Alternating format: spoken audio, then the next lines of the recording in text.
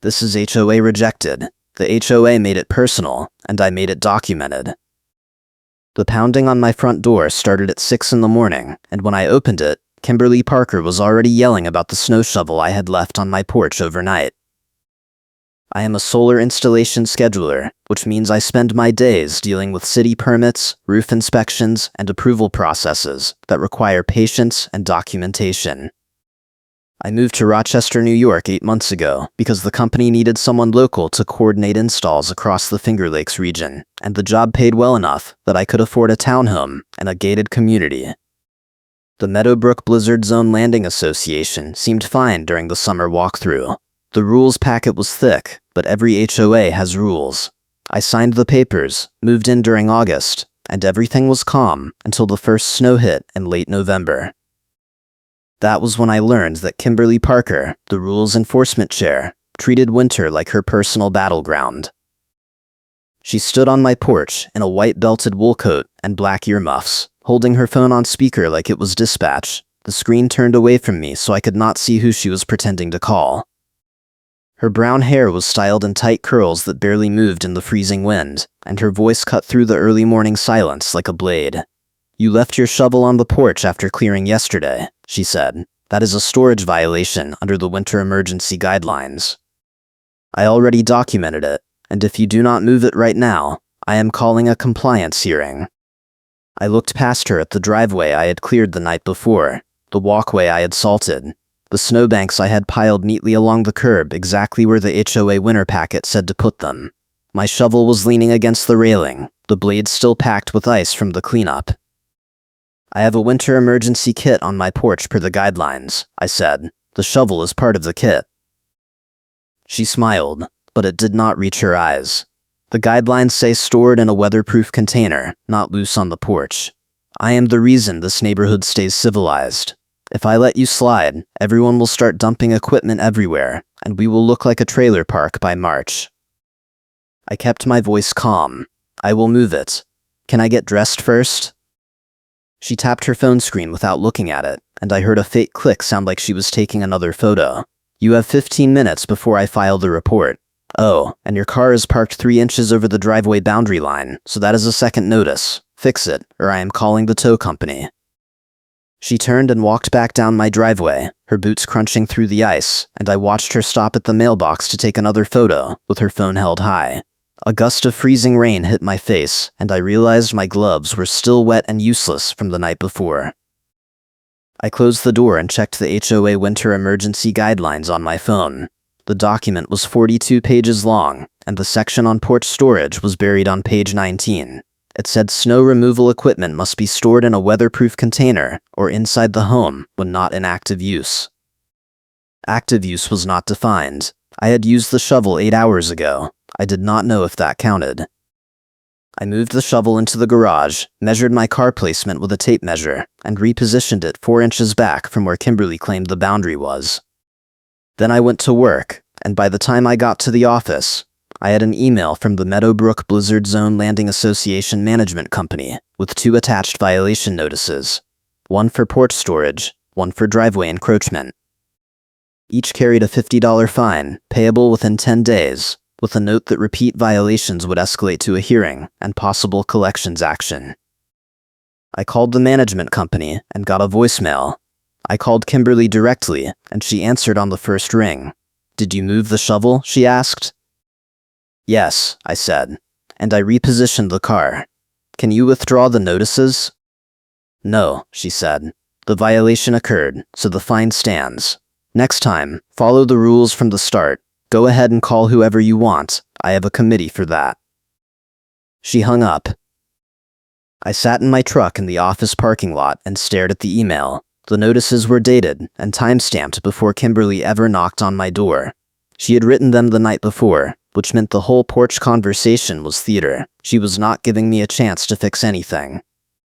She was just documenting compliance failures, so the fines would stick. I started keeping a file. The next violation came 3 days later. I had a salt bag delivered to my porch around noon because the forecast called for freezing rain overnight.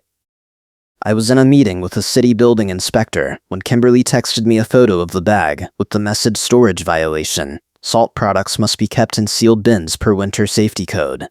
I responded that the bag was unopened, and I planned to transfer it to a bin that evening.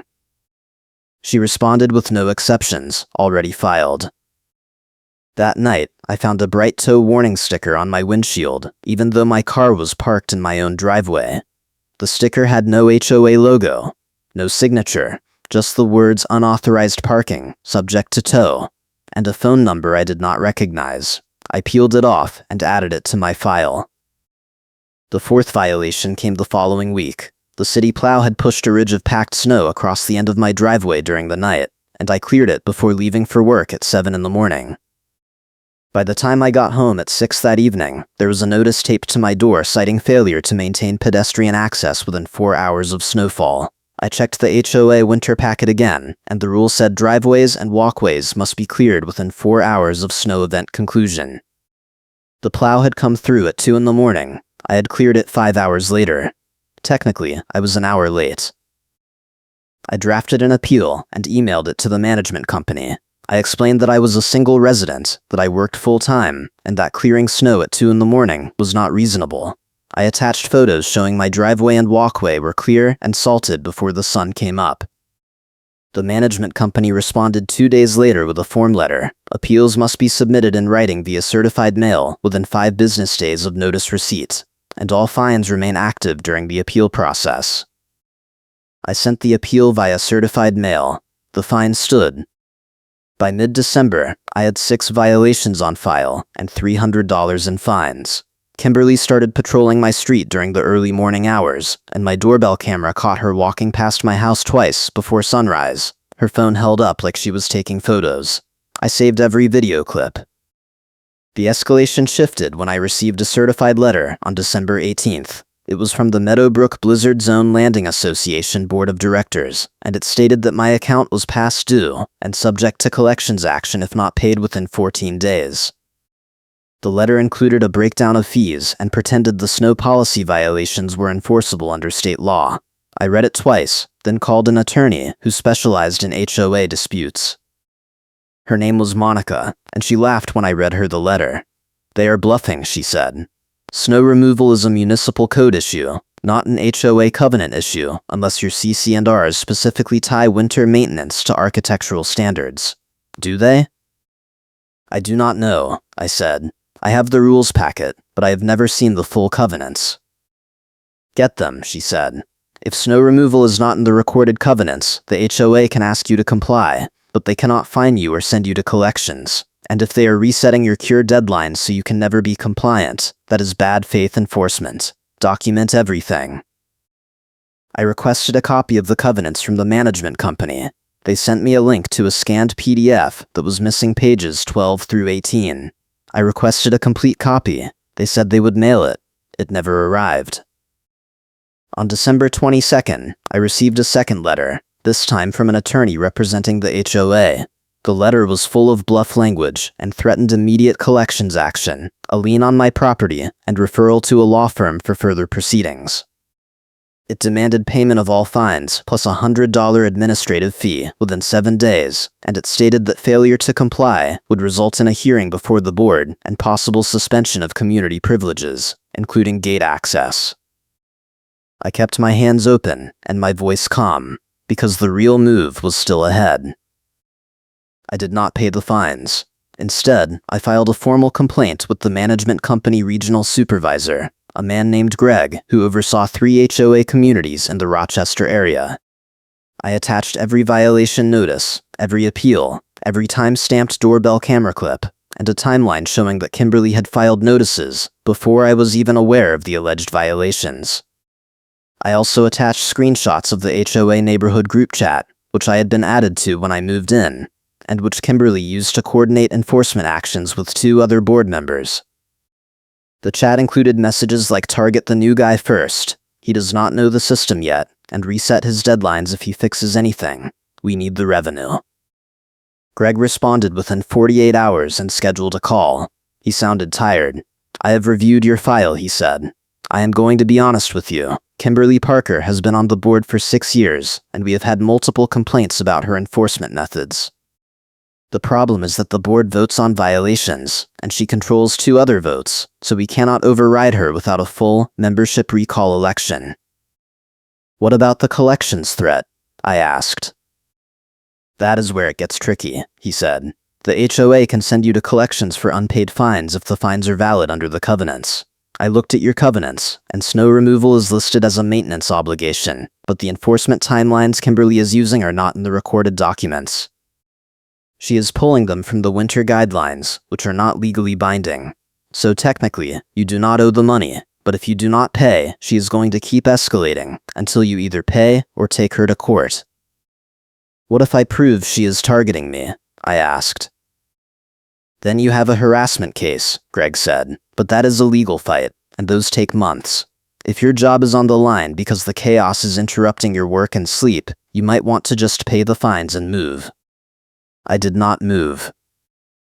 Instead, I kept gathering evidence. I filed a Freedom of Information request with the city to get copies of the snow emergency timelines and plow schedules, which showed that the HOA winter guidelines contradicted the actual municipal code in 3 places. I also requested gate access logs from the management company, because my key fob had stopped working 2 weeks earlier, and I had been using the pedestrian gate to get in and out of the community. The gate logs arrived on January 4th, and they showed something I had not expected.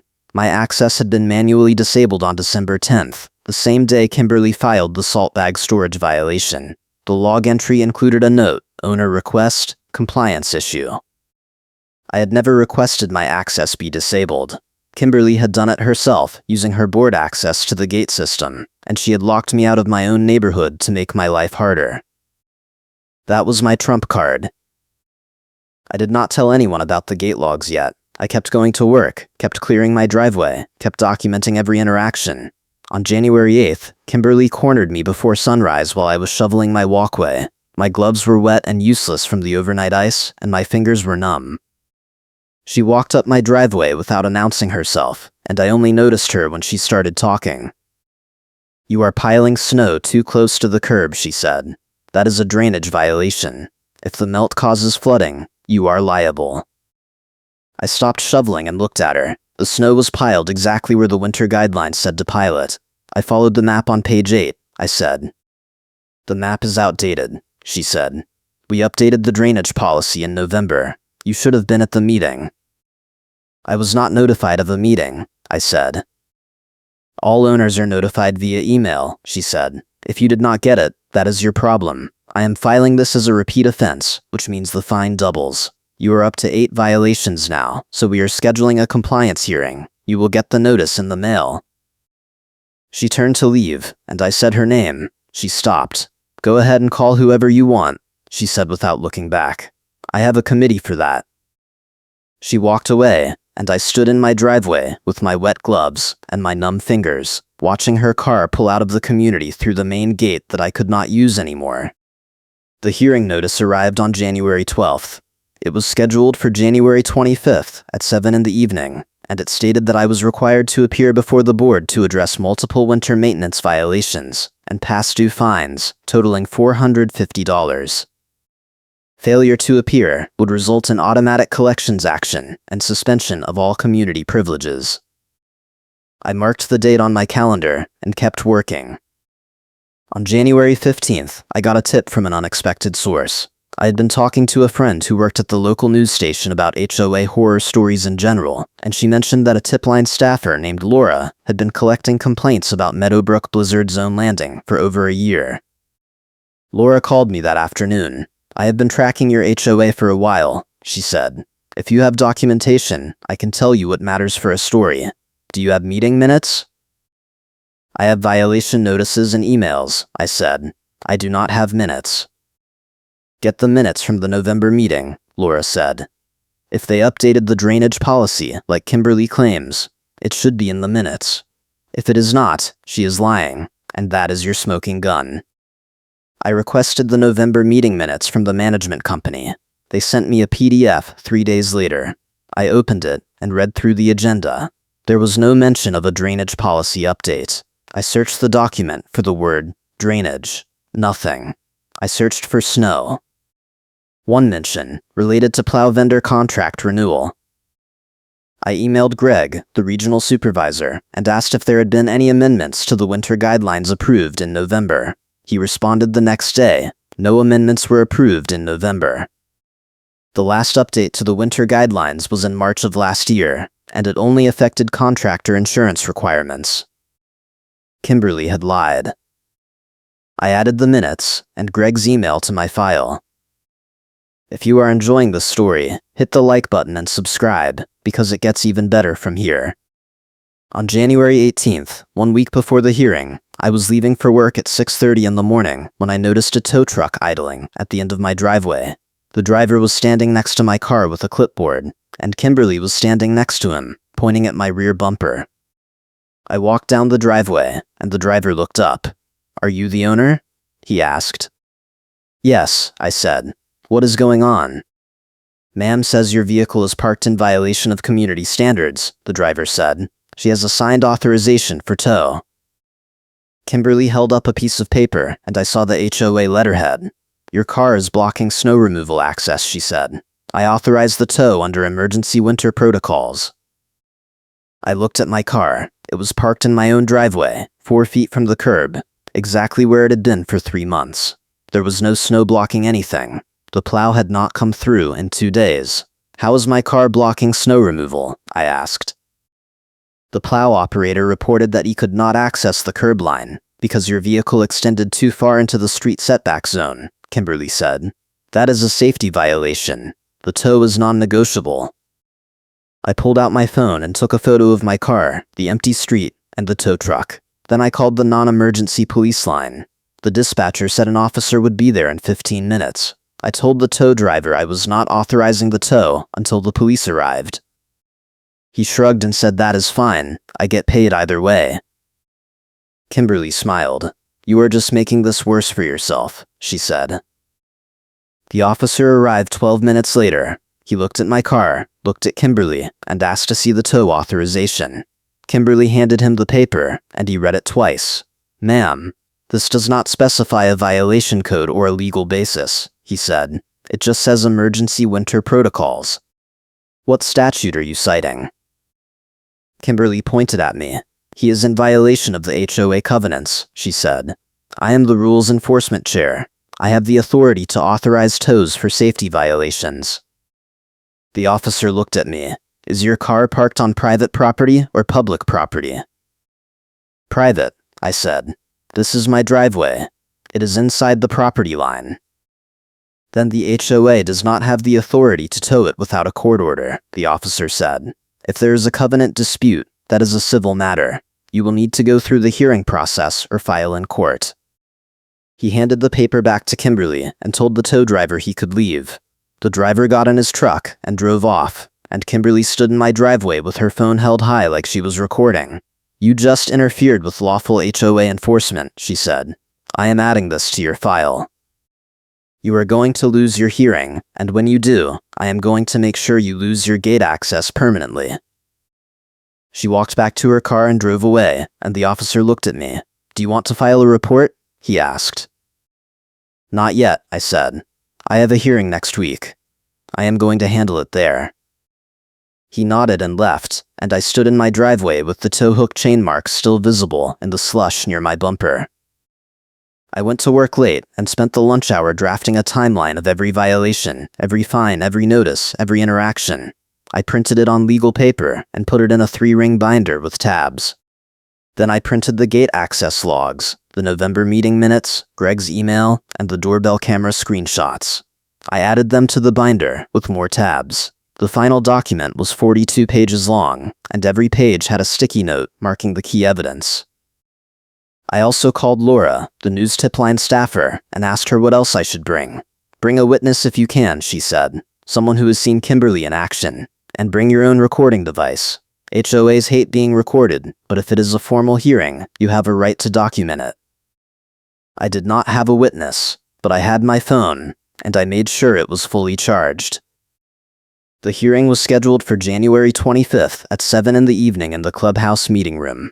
I arrived at 6:50 and found the parking lot half full. I recognized a few cars from the neighborhood, including Kimberly's white sedan parked in the front row. I grabbed my binder and walked into the clubhouse, and the meeting room was set up like a courtroom. There was a long table at the front with 5 chairs, and rows of folding chairs facing it. About 20 people were sitting in the audience, and most of them were scrolling on their phones.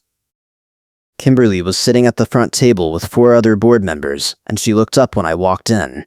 She smiled, and I knew it was going to be bad. The board president, a man in his 60s named Dale, called the meeting to order at 7:05. He read through the agenda, and my hearing was listed third under new business. The first 2 items were a landscaping contract renewal and a pool maintenance budget approval. Both passed in under 5 minutes. Then Dale said we will now hear the compliance matter for Unit 214 regarding winter maintenance violations. Mr. Howard, you are here to address 8 documented violations and $450 in unpaid fines. The board has reviewed the file, and we are prepared to hear your statement. I stood up and walked to the front of the room. I placed my binder on the table and opened it to the first tab. Before I begin, I would like to confirm that I am allowed to record this hearing, I said. Dale looked at Kimberly. She leaned forward. Recordings are not permitted during compliance hearings, she said. This is a private meeting. This is an official HOA hearing, and I am the subject of the hearing, I said.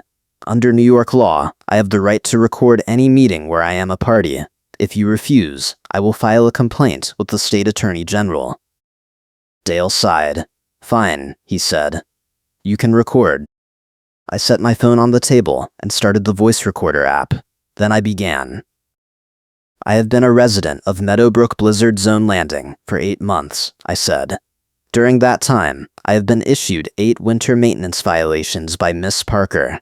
I am here to show that these violations are baseless, that Miss Parker has targeted me using rules that do not exist in the covenants, and that she is engaged in bad faith enforcement to generate fine revenue.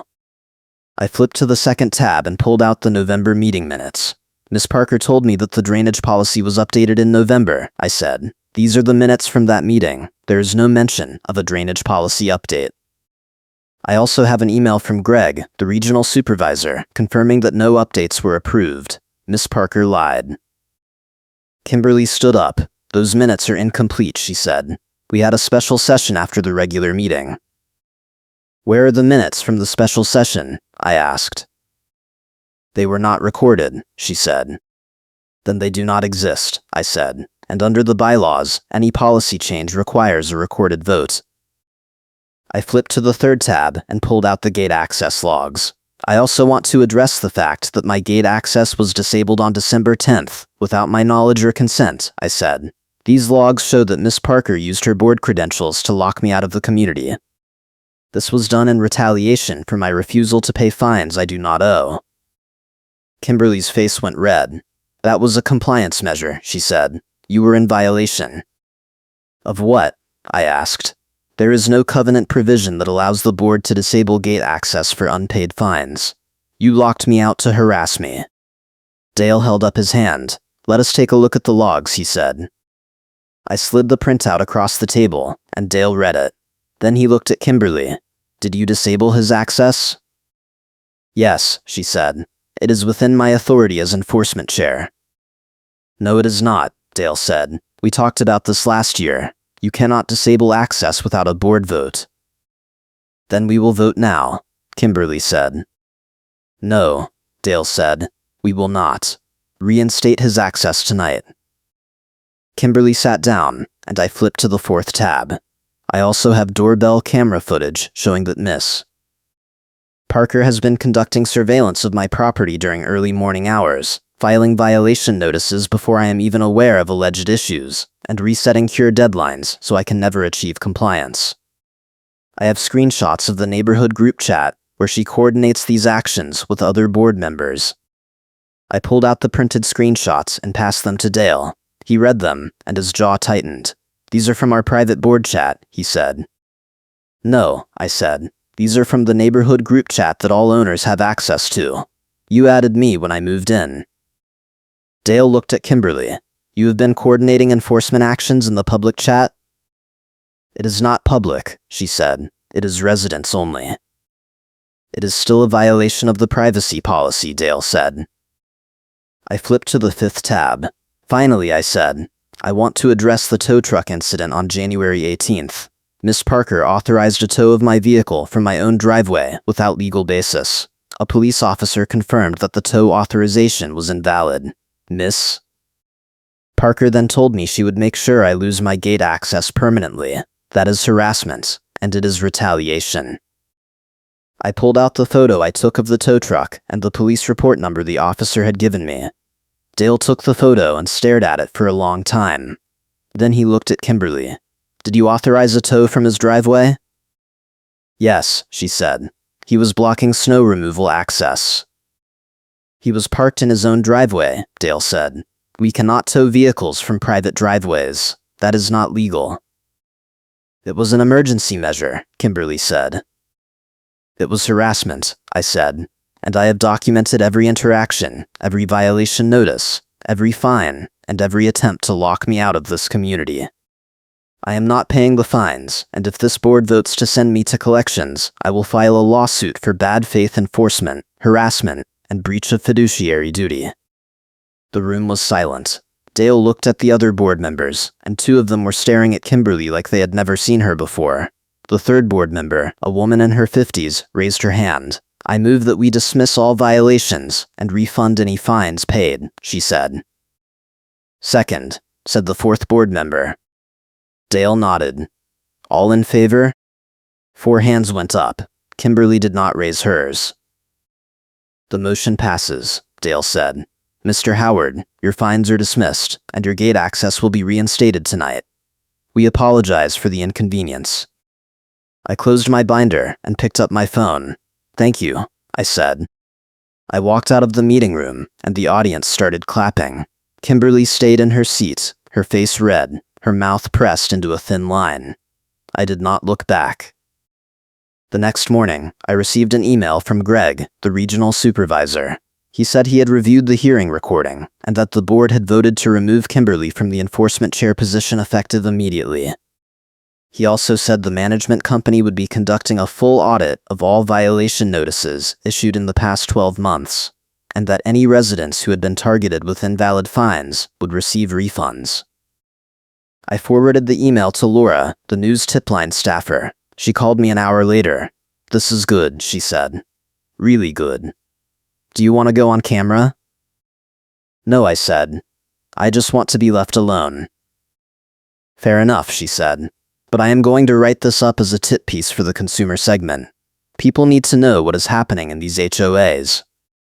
3 days later, I was clearing my driveway after an overnight snow when I saw Kimberly walking toward me. I stopped shoveling and waited. She stopped at the edge of my property line and crossed her arms. You think you won, she said. I did win, I said. You embarrassed me in front of the board, she said. You made me look incompetent. You did that yourself, I said. She took a step closer. You have no idea what you have done.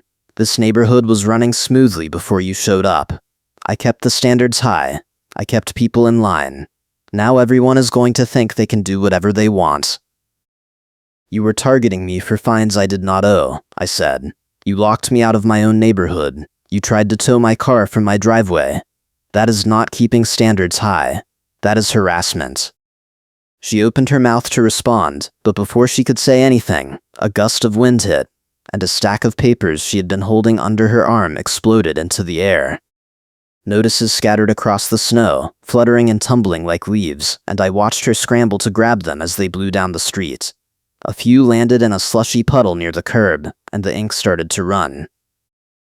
I did not help her. I just stood there with my shovel and watched. She finally gave up and walked away, leaving half the notices in the street. I went back to shoveling. 2 weeks later, I received a certified letter from the Meadowbrook Blizzard Zone Landing Association. It was signed by Dale, the board president, and it stated that the board had completed an audit of all winter maintenance violations issued between November and January. The audit found that 37 violations had been issued using rules that were not in the recorded covenants, and that all 37 violations were being dismissed. The letter also stated that the HOA would be mailing a written correction to every homeowner and retracting the false winter violations. Kimberly was not mentioned by name, but everyone in the neighborhood knew who had issued the violations. I also received a refund check for $450. On February 10th, I was walking to my car when I saw Kimberly standing near the mailboxes talking to another board member. She saw me and stopped mid-sentence. The other board member looked at me, then looked at her, and walked away without saying anything. Kimberly stood there alone, and I could see her jaw working, like she was trying to decide whether to say something. Finally, she turned and walked to her car without a word. I got in my truck and drove to work, and I never saw her at the mailboxes again. In March, the HOA held an election for the enforcement chair position. Kimberly ran, but she lost by a landslide. The new chair was a retired teacher named Angela, who sent out an email on her first day saying that enforcement would be fair, transparent, and focused on actual covenant violations, not nitpicking. She also said that any resident who felt they had been unfairly targeted in the past could request a review. I did not request a review. I did not need to. The winter ended, the snow melted, and I kept my head down and did my job. I coordinated solar installs, filed permits, scheduled inspections, and tried to forget about the HOA drama. But every time I walked past the clubhouse, I thought about that hearing, and I thought about the look on Kimberly's face when the board voted her down. And I thought about the gate access logs, the smoking gun I did not have to use in the hearing because the board had already seen enough.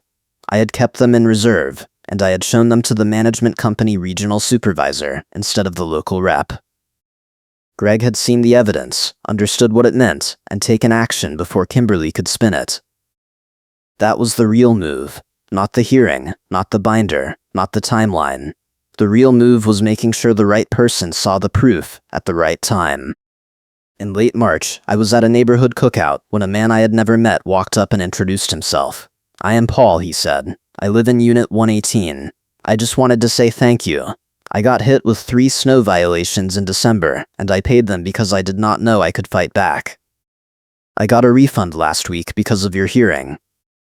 "You are welcome," I said. "Seriously," he said, "Kimberly was out of control. Everyone knew it, but no one wanted to be the one to stand up to her. You did, and it made a difference." He shook my hand and walked away, and I stood there with my plate of food and thought about how many people had been paying fines they did not owe because they were too tired or too scared to fight. In April, the snow was completely gone, and the HOA sent out the updated winter guidelines for the following year. The new guidelines were 8 pages instead of 42, and they included clear definitions, reasonable timelines, and a dispute process that did not require certified mail. Angela had rewritten the entire document with input from 3 attorneys, and it was finally enforceable and fair. I read it twice, filed it, and moved on. On a warm afternoon in May, I was mowing my lawn when I saw Kimberly walking past my house. She did not look at me, did not slow down, just kept walking with her head down and her phone in her hand. She looked smaller somehow, like she had shrunk, and I realized she was not scary anymore. She was just a person who had made bad choices and lost the power she thought she had. I finished mowing, put the mower away, and went inside. The HOA drama was over. The fines were dismissed. The violations were retracted. The board had changed. Kimberly was out. I had won. And the best part was that I had done it the right way. I had documented everything, followed the process, used the rules against the people who thought the rules only applied to everyone else. I had not broken the law. I had not vandalized anything. I had not yelled or threatened or done anything that could be used against me later. I had just kept my receipts, and I had waited for the right moment to use them. That is how you beat an HOA. You do not fight harder, you fight smarter. You make them fight themselves, and you make sure everyone is watching when they do. A few months later, I was having coffee with Laura, the news tip line staffer who had helped me understand what documentation mattered. She told me that the consumer segment piece had run in February, and that her station had received over 300 tips about HOA abuse in the Rochester area. Some of those tips had led to investigations, audits, and board recalls. You started something, she said. People are not afraid to fight back anymore. I did not start it, I said. I just refused to pay fines I did not owe. That is how it always starts, she said. In June, I got a text from Paul, the guy who had thanked me at the cookout. He said Angela, the new enforcement chair, was running for board president in the fall election, and that she had a real shot at winning. He asked if I wanted to volunteer for her campaign. I thought about it for a minute, then replied, "No thanks. I am good, but I will vote for her." He sent back a thumbs up. The election happened in October, and Angela won by a wide margin. Kimberly did not run for any position. In fact, I heard from another neighbor that she had put her townhome on the market in September and moved out in November, right before the first snow. I do not know where she went, and I do not care. The neighborhood is quieter now. The fines are fair. The rules make sense. The enforcement is transparent. And when it snows, I clear my driveway, salt my walkway, and put my shovel away, without worrying about someone taking photos at dawn and inventing violations that do not exist. I still have the binder. I keep it in a file cabinet in my office, and every few months I flip through it and remember what it felt like to stand in that meeting room and watch the board vote Kimberly down while the room laughed. That is the moment I will never forget. Not the hearing, not the evidence, not the refund check. The moment when Kimberly Parker, the woman who said she was the reason this neighborhood stays civilized, the woman who said go ahead and call whoever you want, I have a committee for that, sat in her chair and watched the board dismiss every single violation she had filed against me. And the moment when I realized that the gate access audit log, the proof that she had locked me out of my own neighborhood out of spite, was the trump card I did not have to play in public because the right person had already seen it and taken action. That was the real payoff. Not revenge, not drama, just a city inspector confirming what the HOA cannot enforce, a management company supervisor who finally did his job, and a board that voted to do the right thing because they had no other choice. The HOA retracted the winter violation in writing. Karen was outvoted so hard the room laughed. And I got to walk out of that meeting with my head up and my file intact, knowing I had beaten the system without breaking a single rule. That is how you win. Thanks for watching, and I will catch you in the next one.